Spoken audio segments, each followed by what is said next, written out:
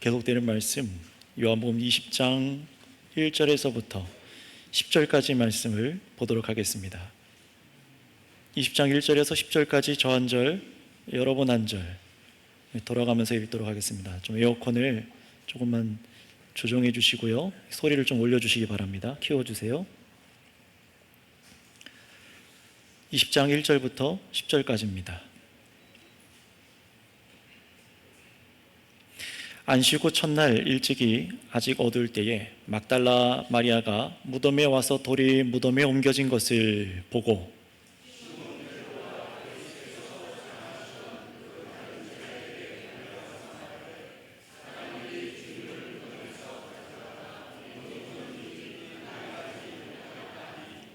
베드로와 그 다른 제자가 나가서 무덤으로 갈새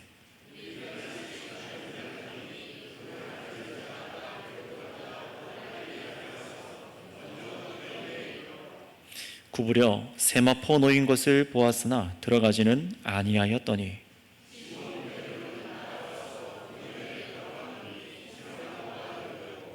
또 머리를 쌌던 수검은 세마포와 함께 놓이지 않고 딴 곳에 쌌던 대로 놓여 있더라.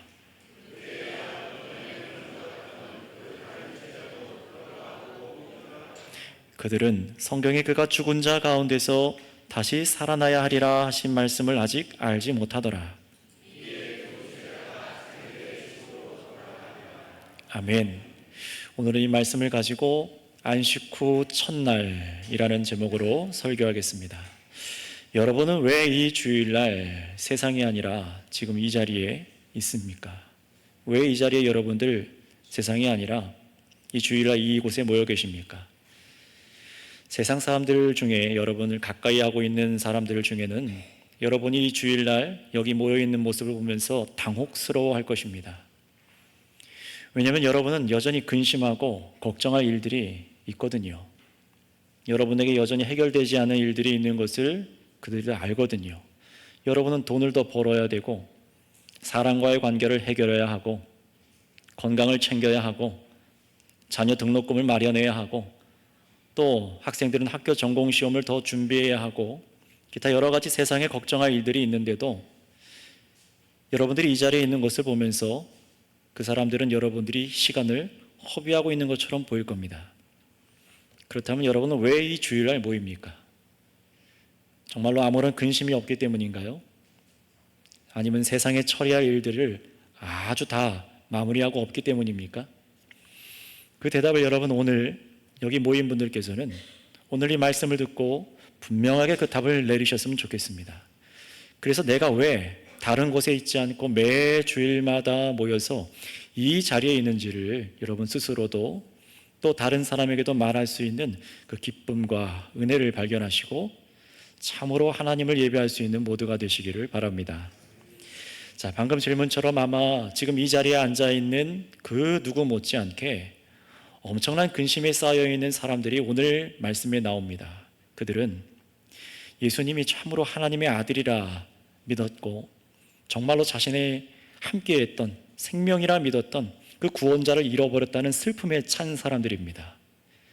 가장 가까이서 하나님의 말씀을 들으며 예수님이 전하시는 복음을 듣고 자신들이 하나님과의 연결된 그 관계, 정말로 그 영생의 관계를 듣고 믿고 즐거워했던 사람들입니다.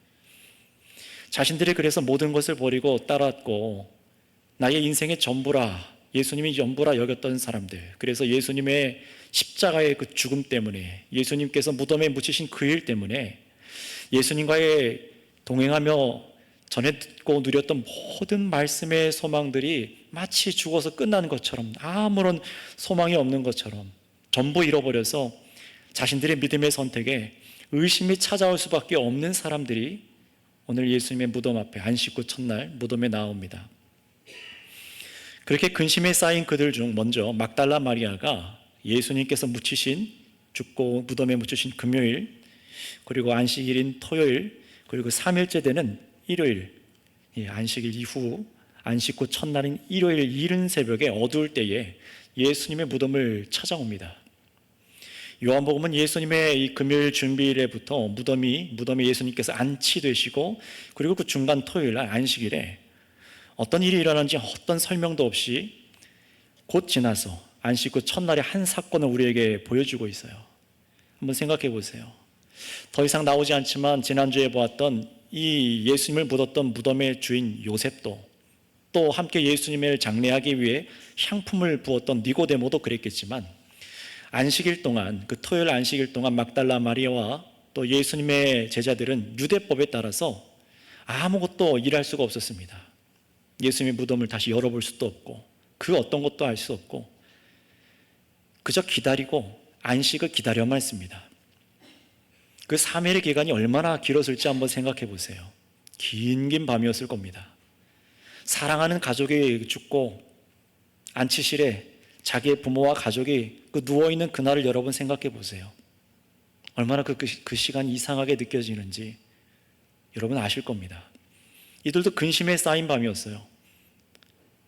이들은 정말로 자신의 목자이신 예수 그리스도를 잃어버렸다는 생각에 우리는 어디로 가야 하는가? 다른 곳에 마음을 두어야 되는 것은 아닌가? 시선을 세상으로 돌리기에 충분한 시간이 그들에게 있었습니다. 그러나 전에 7 귀신 들렸다가 예수님께서 귀신을 내쫓아 주셔서 온전하게 됐던 이 막달라 출신의 이 마리아라는 여인과 다른 여인들은 그런 근심이 있음에도 불구하고 안식 후 첫날 예수님의 무덤에 옵니다. 여러분, 그 여인들이 뭘 할 수 있겠습니까?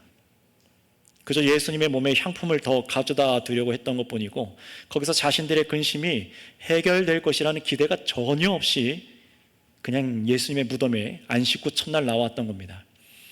여전히 세상의 사람들 시선도 두렵고 그래서 밤에 그렇게 찾아온 것이죠. 아직 날이 어두울 때 말입니다.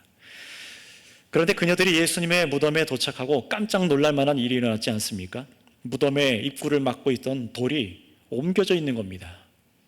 실제로 고고학자들이 발견한 그 당시 예수님의 시대에 60에서 70년경에 유대인들의 무덤이 여러 발견되었는데 하나같이 이 돌을 쪼아서 뚫어가지고 사람이 하나 웅크리고 들어갈 정도의 입구를 만들고 그 속으로 들어가서 사람이 설 수 있을 정도의 큰 돌방을 만들어요.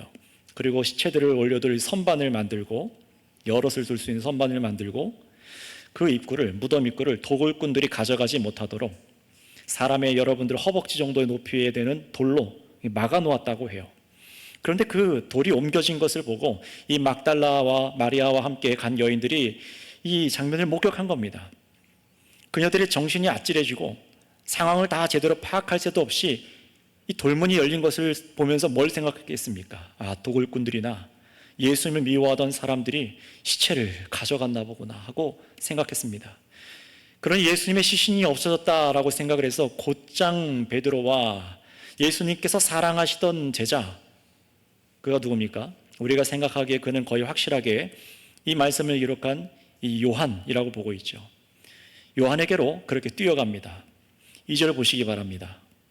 시몬 베드로와 예수께서 사랑하시던 그 다른 제자에게 달려가서 말하되 사람들이 주님을 무덤에서 가져다가 어디 두었는지 우리가 알지 못하겠나이다 하니, 마리아와 여인들이 찾아간 이 베드로와 또 요한도 사실 그 누구보다도 지금 근심에 쌓여 있는 사람들입니다. 베드로 역시 예수님의 죽으심도 고통스럽지만 자신이 예수님이 죽으시기 전에 자신이 예수님을 모른다고 3번이나 부인한 그 문제 때문에, 예수님을 배신한 그 문제 때문에 스스로 고통스러워하고 죄책감에 갇혀 있는 겁니다. 이 요한 제자 역시 어떻습니까? 누구보다 예수님을 사랑하고 또 사랑받는 제자로 십자가 아래서 다른 여인들과 마지막까지 예수님의 죽으심을 목격했던 사람들 중에 하나였으니 이 요한의 상실감은 헤아릴 수가 없었을 것입니다. 정말로 가족을 잃어버린 느낌이었겠죠. 근심에 쌓인 이 2 제자가 여인들의 말을 듣고 나서 안식 후 첫날 예수님의 무덤으로 달려가기 시작합니다. 정말로 시체가 사라진 것인지 아니면 여인들이 잘못 보고 그 안에 여전히 예수님의 죽은 시체가 그대로 있는 것은 아닌지 의아해하며 달려간 거예요. 분명히 성격상 우리가 아는 것처럼 그 성격 급한 베드로가 먼저 앞서 뛰어갔겠지만 4절을 보시면 결국 조금 더 젊은 청년이었던 예수님이 사랑하시던 이 복음서의 기록자 제자 요한이 무덤에 먼저 도착합니다. 근데 왜 그런지 이유는 정확히 설명할 수 없지만 요한은요, 무덤에 먼저 들어가지 않고 바깥에서 기다리고 있어요. 어떤 이는 요한이 예수님을 더욱 사랑한 것을 표현하기 위해 더 빨리 도착한 것이다 라고 말하기도 하고, 어떤 이는 이 제자 중에 대표인 베드로를 배려해서 들어가지 않은 것이다 라고 몇몇 해석을 내놓지만 그 이유를 성경이 밝히지 않기 때문에 정확히 알 수는 없습니다. 그저 요한은 먼저 도착해서 무덤 입구에 몸을 굽으려서 그 속에 예수님의 시체를 쌓아두었던 세마포가 보이는 것만을 먼저 확인했다라고 기록하고 있어요. 자신이 본 것을 기록한 겁니다. 우리가 생각하기에도 어두컴컴한 밤에 이 무덤 속을 생각해 보세요. 이 요한을 더욱 긴장시키기에 충분했을 겁니다. 그런데 곧 뒤에 숨을 헐떡이며 뛰어 따라온 베드로 역시 그 성격답게 머뭇거리지 않고 어두운 무덤 속으로 쑥 들어갑니다. 그 제자 베드로가 목격한 것은 다름 아닌 예수님의 부활의 흔적이었습니다. 정말로 그런지 우리 6절부터 7절 말씀을 같이 한번 읽어보겠습니다. 6절 7절입니다. 시작. 시몬 베드로는 따라와서 무덤에 들어가 보니 세마포가 놓였고 또 머리를 쌌던 수건은 세마포와 함께 놓이지 않고 딴 곳에 쌌던 대로 놓여 있더라. 아멘. 만약 여러분 생각해 보세요. 누군가가 정말로 예수님의 시체를 도둑질해 갔다면 굳은 그 딱딱한 시체를 들어 올려서 힘들게 몸에 쌓여있는 세마포와 머리를 쌌던 수건을 힘들게 벗겨내서 시체를 알몸으로 된 시체만 꺼내가는 것은 굉장히 비상식적이고 이상한 일이겠죠. 수의를 벗겨내는 수고를 할 것 없이 그냥 가져가는 것이 맞는 일입니다. 게다가 여러분 어떻다고 써 있습니까? 마치 세마포에서 나와서 얼굴 싼 수건은 나중에 벗은 것 마냥 다른 위치에 놓였다라고 기록하고 있어요. 요한은 예수님이 어떻게 또 몇 시에 부활했는지를 정확히 알지는 못하지만 부활하신 예수님을 만나기 이전에 그 무덤의 순간을 생생하게 기억하고 지금 우리들에게 읽도록 하고 있는 겁니다. 분명히 예수님의 수의는 몸을 싸는 세마포와 또 따로 얼굴을 싸는 수건이 따로 있었다고 기록해요. 이로 보아서 여러분들 잘못된 미신에 빠질 필요는 없습니다. 여러분 유튜브나 뉴스에 보시면 아시겠지만 어떤 사람들이 예수님의 쌌던 수의를 발견했다고 하면서 머리부터 발끝까지 덮었던 수의에 예수님의 얼굴이 찍힌 것이 발견됐다라고 말하면서 말하는 사람들이 있지 않았습니까? 그런 이상한 카톨릭의 어떤 주장하는 예수님의 이 얼굴 나왔다는 그런 것들은요, 잘 생각해 보면 얼마나 그 말이 허구인지를 알 수 있습니다. 그런 것들에 많은 사람들이 구경하고 또 성스러운 물건이라 보관하며 관람하게 하는데, 오늘 말씀을 잘 보세요. 오늘 말씀을 잘 읽은 사람이라면 그런 쓸데없는 미신적인 열심에 빠질 필요가 없습니다. 예수님의 몸을 쌌던 수의가 따로 있고 얼굴을 쌌던 수건이 따로 있는 거예요. 하나로 이어진 수건이 있는 게 아니었던 거죠. 그러니 여러분, 요한이 말하려고 하는 것은 이 수건이 어떤 거냐, 어떤 종류냐, 그런 걸 얘기하려고 하는 것이 아니라 예수님의 빈 무덤이고 무덤이 비었고 예수님께서 부활하셨다라는 것을 지금 얘기하려는 겁니다. 왜냐하면 이것이 예수님께서 죽으시기 전에 정말로 사람이 다시 살아난다라는 것을 계속해서 말씀하셨고 부활에 대해서 참으로 말씀하여 주셨고 그것을 증언하는 것이 오늘 이 자리에서 일어난 것이기 때문에 그렇습니다. 여러분 한번 기억해 보세요. 요한복음 5장 28절 29절에 예수님께서 사람이 다시 살아나는 것에 대해서 진리를 가르쳐 주셨습니다. 우리 한번 같이 읽어보도록 할게요. 5장 28절에서 29절입니다. 시작. 이를 놀랍게 여기지 말라. 무덤 속에 있는 자가 다 그 음성을 들을 때가 오나니 선한 일을 행한 자는 생명의 부활로, 악한 일을 행한 자는 심판의 부활로 나오리라. 아멘. 사실 고대 근동 헬라 세계라든가 또 로마 제국 역시 사람이 죽었다가 다시 살아나는 것을 믿지 않았습니다. 그들도 우상을 섬기고 미신이었지만 다시 사람이 살아난다고 생각하지 않았어요. 그러나 유대인들은 달랐습니다. 이 사두개인들을 제외한 대다수 유대인들은요, 부활이 있을 것을 기대했습니다. 그러나 그 부활이 어떻게 일어나는지가 선명하지 않았어요. 그래서 예수님께서는 사람들이 어떻게 부활하는지에 대해서 분명히 말씀하셨습니다. 한 사람이 다시 살아나는 것도 굉장히 신기한 일인데 어떻다고요? 악한 일을 한 사람은 심판의 부활로 모두 일어날 것이고 참으로 예수 그리스도를 믿고 의롭게 된 사람들은 생명의 부활로 다 부활할 것이다. 모든 사람들이 다 부활할 것이다 라고 말씀하시는 거예요. 사람들이 굉장히 뜻밖의 말씀을 들은 것이죠. 자, 그런데 그런 말씀을 들었던 제자 12명과 또 마르다 역시 이 선명하지 않았지만 사람이 부활할 것을 우리가 분명히 믿습니다, 예수님 믿습니다라고 고백한 것이 있어요. 요한복음 11장 24절에 마르다가 이렇게 말했습니다. 마르다가 이르되 마지막 날 부활 때에는 다시 살아날 줄을 내가 아나이다. 그리고 예수님께서는요, 사람들이 이렇게 부활할 수 있는 이유가 바로 예수님 자신으로부터 가능하게 된 것을 계속해서 믿도록 가르쳐 주셨어요. 어떤 신비한 음식이 있어서, 능력이 있어서, 과학기술 때문이 아니라 바로 생명의 주인이신 자신 때문에 사람이 다시 살아날 것을 가르쳐 주신 겁니다. 정말로 그런지 우리 요한복음 11장 25절에서 26절까지 말씀 같이 한번 읽어보도록 하겠습니다. 11장 25절에서 26절 시작. 예수께서 이르시되 나는 부활이요 생명이니 나를 믿는 자는 죽어도 살겠고 무릇 살아서 믿는 자는 영원히 죽지 아니하리니 이것을 내가 믿느냐. 아멘. 예수님 이 말씀을 분명히 우리에게 가르쳐 주셨어요. 그래서 정말 예수님을 믿는 것은 부활의 생명을 얻는 것입니다. 영원한 생명을 갖고 계신 하나님과 연결되는 것이기 때문에, 그리스도 안에서 연결되는 것이기 때문에 믿는 사람은 영원히 산다는 거예요. 바로 이 부활을, 생명을 줄 수 있는 분이 하나님으로부터 이 땅에 온 바로 예수 그리스도, 자기 자신이라는 것을 믿을 수 있도록 예수님께서는요, 죽은 나사로를 다시 살리시는 표적을 우리들에게, 또 그 당시 사람들에게 보여주셨습니다. 예수님께서 어떻게 하셨습니까? 나사로의 이 죽은 무덤의 돌문을 열라라고 하셨죠. 그때 사람들은요, 안 됩니다 예수님, 썩은 냄새가 납니다, 시체가 썩어서 썩은 냄새가 날 거라고 비웃고 말렸습니다. 그러나 어떻습니까? 예수님 명령에 돌문을 열고 나자 시신이 부패해서 썩은 냄새가 나질 않아요. 왜 그렇습니까? 정말 나사로가 살아났기 때문에 그랬죠. 바로 지금 예수님의 무덤이 열려 있는데 시체 썩는 냄새는 없고 예수님을 쌌던 향품을 발라 쌓아 넣었던 세마포만 남아있는 겁니다. 바로 그 나사로처럼 말이죠. 무덤 속에서요, 죽음의 냄새가 아니라 부활의 향기만이 남아있던 겁니다. 게다가 죽었다 살아난 나사로는 어떻습니까? 무덤에서 나올 때 붕대에 칭칭 묶여서 누군가가 풀어줘야만 했습니다. 우스운 모습으로 이렇게 껑충거리면서 나왔겠죠.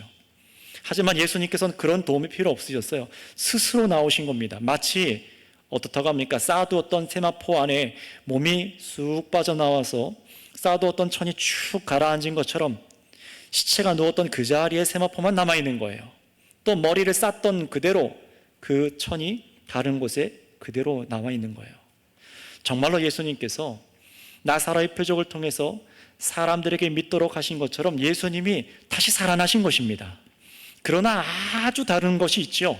나사로는 다시 살아났어도 여전히 저와 여러분처럼 이 죽음이 있는 이 몸 그대로 다시 살아난 겁니다.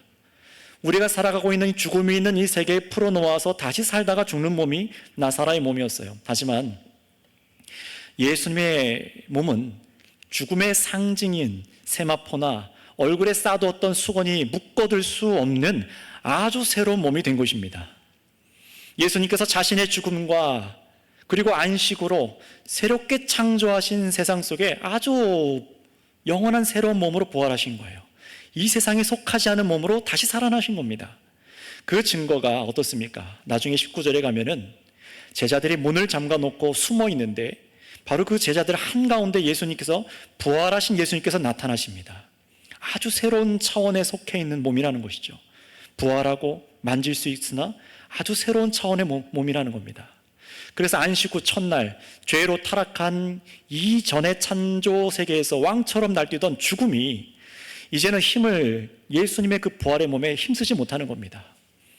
정말로 예수님께서 창조하신 새로운 세상에 속하여서 모든 믿는 성도가 함께 경험하게 될 그 영화로운 부활의 몸이 무엇인지를 예수님께서 처음으로 입게 되시고 우리에게 보여주신 거예요. 바로 너희들이 입게 될 몸이, 너희들이 입을 부활이 바로 이것이란다 가르치신 것이죠. 그래서 고린도전서 15장 20절에서 이렇게 말씀하십니다. 우리 다 같이 한번 읽어보도록 할게요. 고린도전서 15장 20절 시작. 그러나 이제 그리스도께서 죽은 자 가운데서 다시 살아나사 잠자는 자들의 첫 열매가 되셨도다. 아멘. 이 말씀 잘 보세요. 분명히 앞에서 나사로가 살아나지 않았습니까? 죽은 지 4일이 지났는데도 살아났어요. 그런데 이 말씀을 보세요. 예수님의 부활을 두고 잠자는 자들의 첫 열매가 되셨다고 합니다. 앞에 나사로의 부활이 진짜 부활이 아니라는 거예요. 정말 다시 살아나지 않았다 그런 얘기가 아니라 우리에게 허락하실 그 부활이, 성도들에게 허락하실 부활이 나사로가 아니라 바로 예수 그리스도의 부활이, 이게 진짜 우리가 입어야 될 부활이다. 그래서 잠자는 자들의 첫 열매, 두 번째 열매, 세 번째 열매도 있다는 것이죠. 그 열매가 무엇입니까? 바로 저와 여러분들이 믿어서 영생의 몸을 얻는 것입니다. 그런 예수님의 제자들이 예수님께서 죽으신 후에, 또 예수님께서 안식하시는 그 중에, 그리고 그 비어있는 세마포와 벗겨진 머리산 수건을 보면서 선명하게 이게 무슨 말인지, 어떤 의미인지 선명하진 않았지만 예수님의 부활을 생각하지가 않을 수 없었던 거예요. 다시 살아남을 생각하지 않을 수 없었던 겁니다.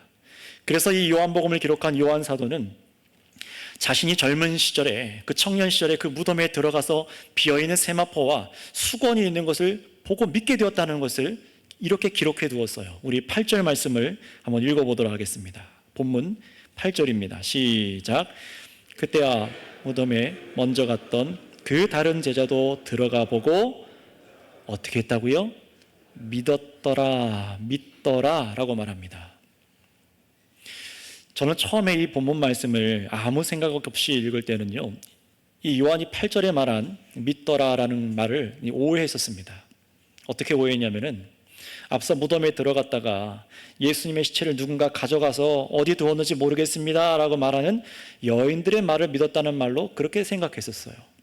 그런데 그런 이해는 앞에서처럼 그 당시 성경을 꼼꼼히 보지 않고 연구하지 않을 때 성경을 잘못 이해한 것에 해당하더라고요. 잘못 이해한 겁니다. 이 믿더라는 말은 그런 의미가 아닙니다. 어떤 의미냐? 이미 모든 뛰어난 신학자들이 밝혀낸 것처럼 이 요한복음에서 이 요한은요, 특히 믿더라, 믿었다라는 말을 함부로 사용하지 않습니다. 사람이 말하는 것을 듣고 믿었다라는 말로 쓰지 않아요. 오직 예수님의 표적을 보고 예수께서 하나님의 아들이신 것을 믿었다라고 하거나, 예수님의 가르치심을 듣고 예수님이 정말로 영생의 구주십니다라는 것을 믿을 때 요한은 뭘 썼다고요? 믿었다라는 말을 신중하게 사용해 왔어요. 그러니 요한은요, 예수님의 시체가 사라진 그날 그 무덤 현장에서야 자신이 예수님의 부활을 믿게 되었다라고 지금 말하는 겁니다. 이미 예수님이 사람을 살리신 일을 목격한 적이 있는 요한이에요. 그리고 예수님께서 뭐라고 이전에 말씀하셨죠? 요한복음 16장 16절에 예수님 이렇게 말씀하셨어요. 굉장히 아리송한 말씀이었죠. 뭐라고 말씀하셨느냐? 요한복음 16장 16절에 예수님께서 조금 있으면 너희가 나를 보지 못하겠고 또 조금 있으면 나를 보리라, 이 말씀을 하셨어요. 그 말씀이 도통 무슨 말씀인지를 이해하지 못하다가 이 빈 무덤을 보고서야 이제서야 퍼즐 조각이 하나 둘 맞춰지면서 이 젊은 청년의 그 요한의 감각을 새롭게 하기 시작했던 겁니다. 이 세상에 대한 이해가 깨지기 시작했다는 거예요. 물론 이미 이 제자들은 예수님을 믿은 사람들이었습니다. 그러나 여기서 믿었다는 것은 이게 진짜 믿는 거다라고 얘기하는 것이 아니라 예수님께서 정말로 사람에게 영생을 주시겠다는 말이 어떻게 가능하게 되었는지를 깨닫고 믿게 되었다는 겁니다. 바로 예수님 자신이 부활하셔서 믿는 사람에게 영생을 주시겠다는 말씀이, 그 말씀이 받아들여진 거예요. 세마포를 보고, 비어있는 세마포를 보고 그가 믿었던 겁니다. 그러나 여러분, 이 보고 믿는 믿음은요, 예수님께서 말씀하시는 것처럼 완전한 믿음이 아닙니다. 칭찬받는 믿음은 아니에요. 분명히 남겨진 세마포와 얼굴을 싼 천은 지금껏 예수님께서 해오신 말씀들의 마지막 퍼즐처럼, 아, 예수님의 가르치심이 끝이 아니구나, 하나님과 우리들의 이 관계가 끝난 것이 아니구나, 계속해서 예수님께서 우리를 보호하시고 우리를 인도해 주실 텐데 그 관계가 죽음으로 끝난 것이 아니구나 라는 것이 드디어 믿어지기 시작한 겁니다. 그 믿음의 첫 발을 디뎌 놓은 것뿐이에요. 여러분이 믿음이 어떻게 이 단계별로 자라나는지를 보셔야 되는 겁니다. 그래서 이 성경에서 요한은요, 당시 제자들과 자신의 한계를 기록해 두면서 사실 부끄러운 내용인데, 자신들이 그날을 해석하면서 우리 모두에게 읽도록 9절에 자신들이 얼마나 믿음이 없었는지를 이렇게 설명해 놓았습니다. 9절을 보시면, 여러분 가진 성경 9절을 보시면 괄호가 이 9절에 쳐 있는 걸 볼 거예요. 자기의 생각을, 자기가 그때 어땠는지를 덧붙여서 요한이 써놓은 겁니다. 우리 9절 뭐라고 써놨는지 한번 읽어보도록 할까요? 시작. 그들은 성경에 그가 죽은 자 가운데서 다시 살아나야 하리라 하신 말씀을 아직 알지 못하더라. 아멘. 성경에 그가 죽은 자 가운데서 다시 살아나야 하리라 하신 말씀을 아직 알지 못하더라. 이게 무슨 말일까요? 당시 제자들은요, 요한 자신을 포함해서 예수님께서 다시 살아나실 것이다 라는 이 구약 성경 말씀을 알지 못했다라는 말인데, 이 말은 한 번도 그 해당되는 구약 성경 말씀을 읽어본 적이 없다, 그런 구절이 있는지도 몰랐다라는 얘기를 하는 것이 아닙니다. 이 말의 의미는 구약의 말씀들을, 그 부활에 관련된 말씀들을 예수님이 다시 살아나신 것과 연결해서 생각하지 못했다는 거예요. 저와 여러분도 그렇지 않습니까? 이 구약 성경만 읽어볼 때는 전혀 이해하지 못하던 말씀들이 예수님 안에서 선명하게 이해가 되고 깨달아지게 하시는 것처럼, 이 제자들이 당시 성경에 대한 그 무지함 때문에 성경대로 선명하게 예수님의 부활을 믿지 못하고 있음을 스스로 지금 책망하고 있는 겁니다. 과연 어떤 말씀들이 그들이 알지 못했다라고 말했을까요? 구약 성경 안에 희미하게 보여지는 부분들도 있겠지만, 베드로 사도가 훗날 깨닫고 말했던 대표적인 시편 16편 10절 말씀이 그 예입니다. 베드로 사도는 사도행전에서 보시면은 해당하는 시편 말씀을 인용해서 이 믿지 않았던 유대인들에게 설교했던 적이 있어요. 사도행전 2장 27절입니다. 같이 한번 읽어보도록 할까요? 사도행전 2장 27절 시작. 이는 내 영혼을 음부에 버리지 아니하시며 주의 거룩한 자로 썩음을 당하지 않게 하실 것이미로다. 아멘. 잠깐 여기서 보세요. 이는 내 영혼을 음부에 버리지 아니하시며 주의 거룩한 자로 뭘 당하지 않는다고요? 썩음을 당하지 않게 하실 것이미로다. 이 시편 말씀이 다윗이 무슨 얘기를 하는 것인지 잘 이해가 안 됐었던 거예요. 소망사항인지 뭔지 구약이 그대로 남아있던 말씀이었습니다. 그러나 이제 베드로가 깨닫는 것이죠. 바로 예수님께서 바로 이 말씀의 주인이시구나. 그래서 사도행전 13장 34절부터 또 뭐라고 말씀하시는지 한번 제가 또 읽어보도록 하겠습니다. 들어보세요.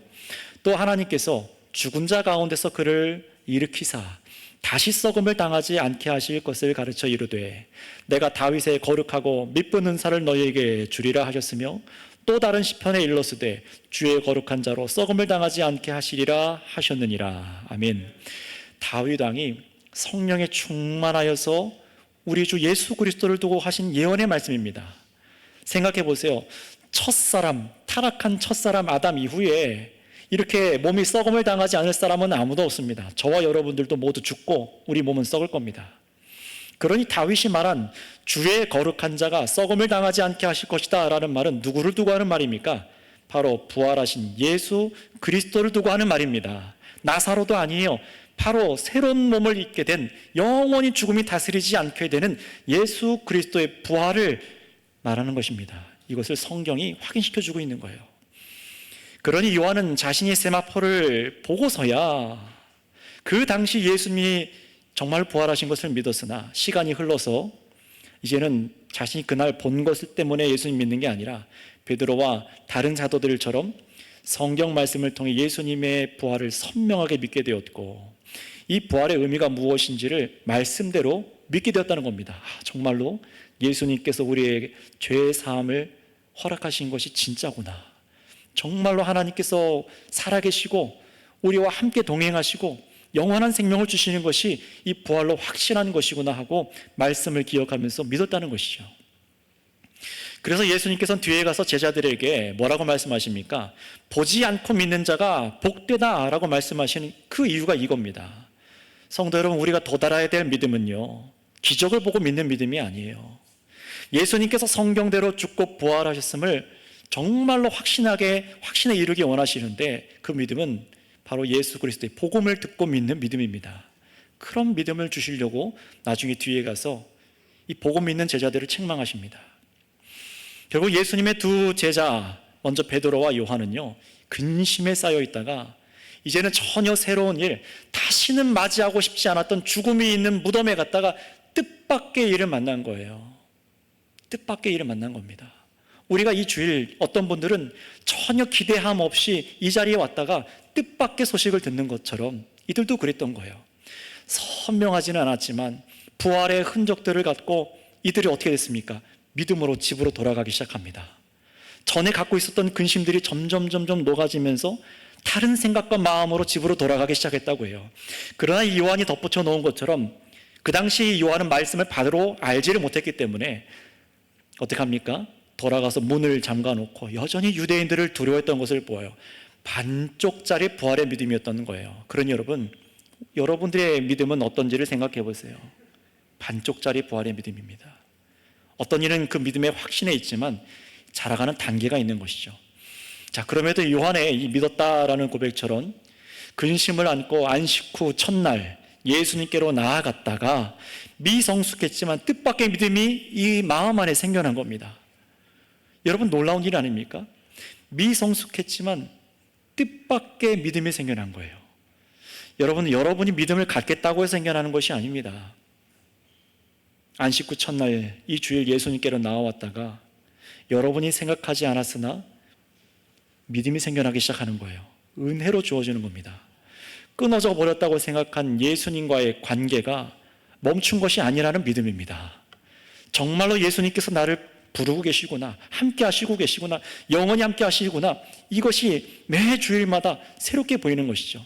그래서 어떻습니까? 안식 후 첫날 이른 새벽에 근심을 안고 뛰어왔지만 적어도 요한은 더 근심을 더하게 된 게 아니라 시체 썩는 것과 구더기 끓는 것, 그걸 보면서 근심하는 게 아니라 어떻게 됐습니까?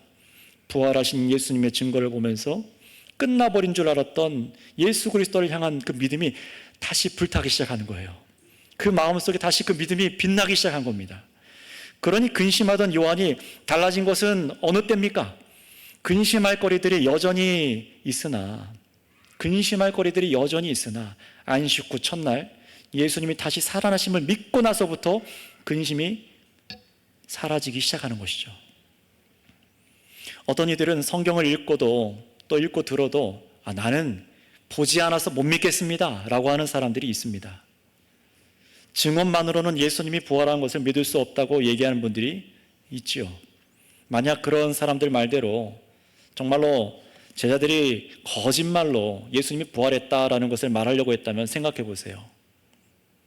시체를 자기들이 숨겨놓고서 거짓말로 이 말씀을 썼다라고 한다면요, 요한은요, 여자가 아니라 남자가 처음 예수님의 시체가 없어진 것을 발견했다라고 그럴싸하게 거짓말을 했을 겁니다. 왜냐하면 당시의 여인들의 말은 공적인 신빙성이 있는 증언으로 받아들여지지 않던 문화였습니다. 법정에도 여인은 서지 않았었어요.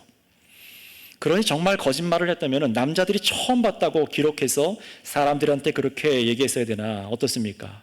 게다가 여자일 뿐만 아니라 귀신 들렸던 여인이에요. 귀신 들렸던 막달라 마리아의 증언을 이 요한이 담대하게 기록해 두었다는 것은 그것이 뭘 의미하는 겁니까? 예수 그리스도의 부활이 너무나 확실한 역사적인 사실이라는 것입니다. 이 증거 앞에 생각을 새롭게 하라는 겁니다. 자신이 그 증거 앞에 믿음을 가졌던 것처럼요. 결국 막달라 마리아도 안식 후 첫날 무덤에 왔다가 시체가 없어진 것을 보고 잠시 동안 근심이 더해져서 슬퍼옵니다. 그러나 그게 오래가지 않았어요. 다음 주 말씀으로 여러분 확인하시겠지만 마리아 역시 부활하신 예수를 만나고 나서 기쁨 대신 기쁨이 가득하게 되었어요. 그러니 여러분, 예수님의 제자들이 안식 후 첫날 경험한 것은 뭡니까? 예수님의 부활 앞에, 다시 살아나심 앞에 근심하는 마음이 녹아지기 시작하는 거예요. 중요하다면 중요한 것이겠지만 여러분들이 무엇을 먹을까? 무엇을 입을까? 어떤 옷을 입을까?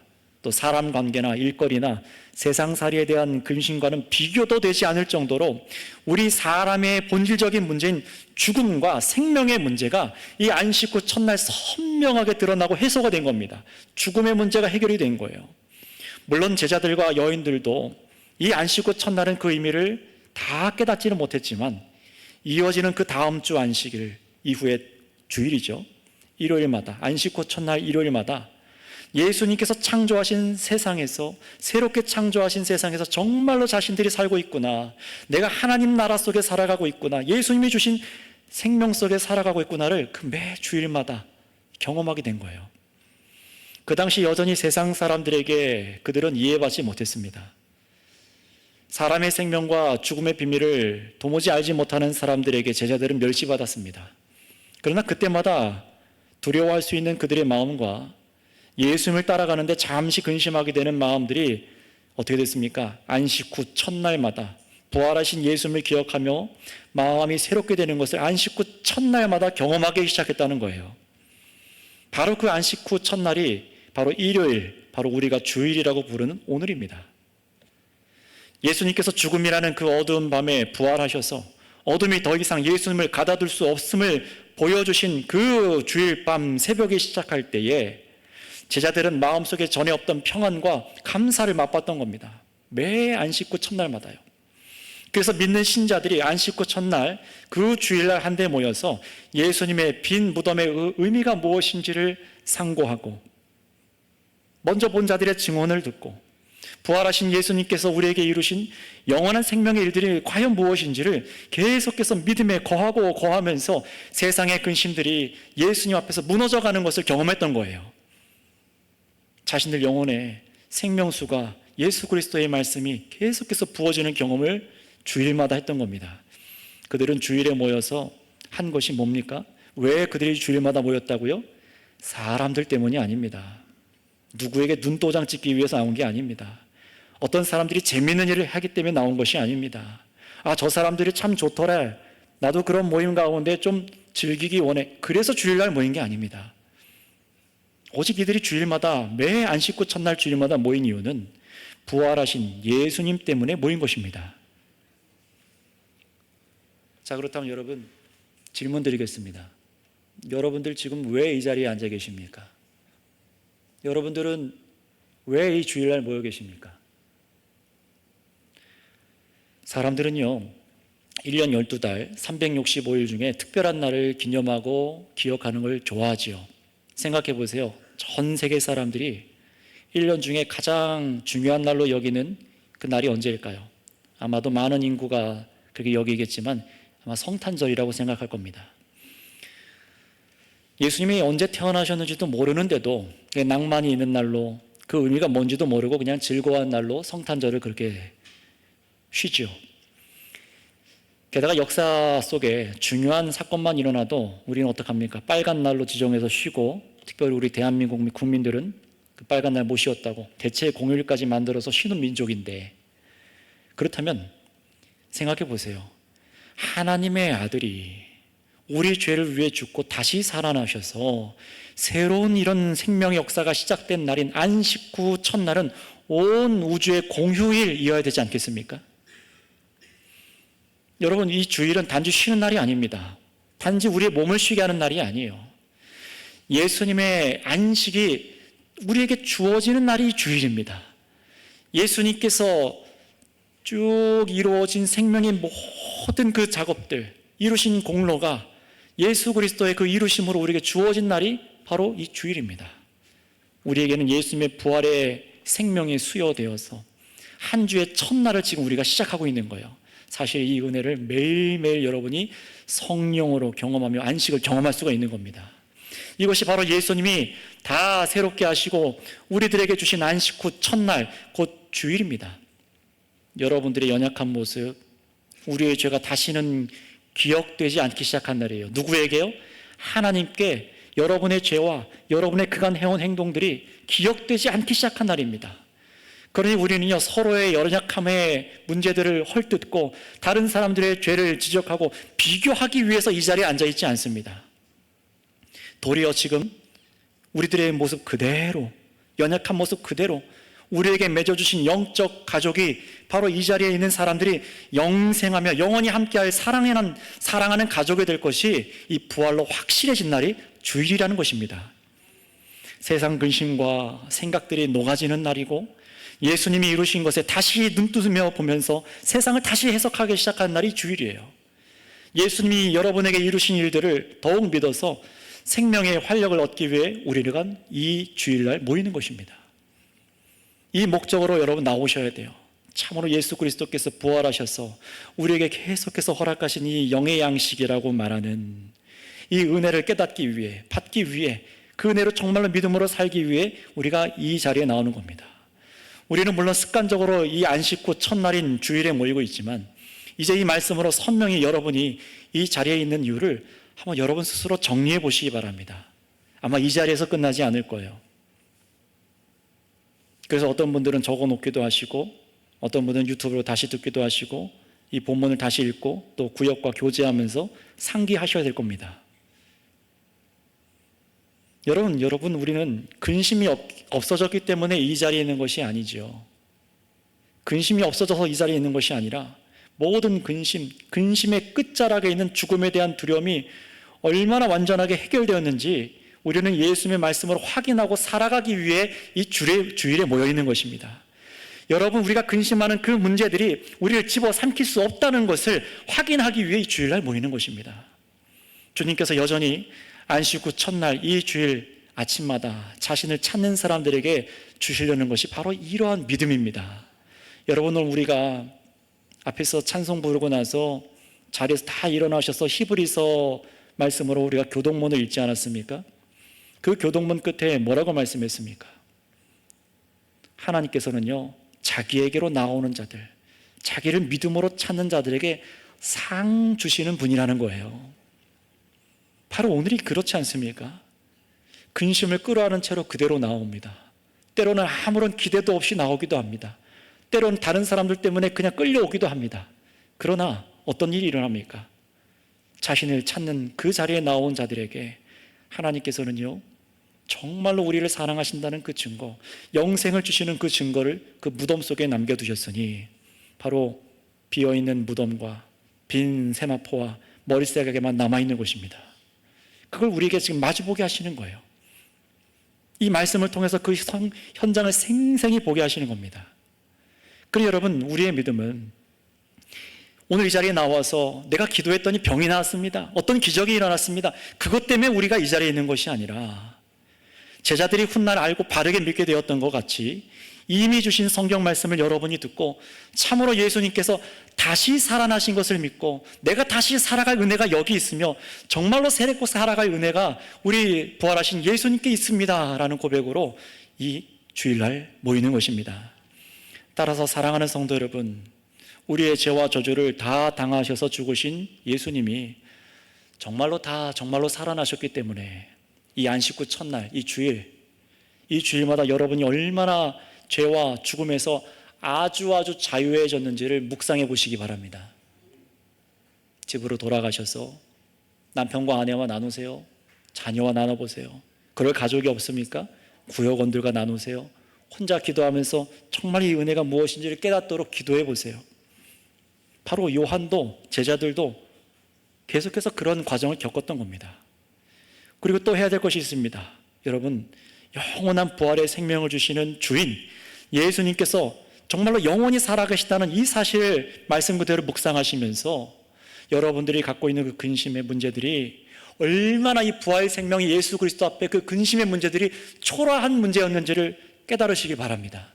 바로 그때마다 우리 안에 근심의 문제들은 녹아지며 사라지기 시작하면서 부활하신 예수님이 나의 생명의 구주시구나, 영원히 나를 이렇게 살게 하실 구주시구나 라는 것이 믿어져서 그 믿음의 부요함 때문에 자유하고 기뻐하게 될 줄을 믿습니다. 기도하겠습니다. 여러분, 안식 후 첫날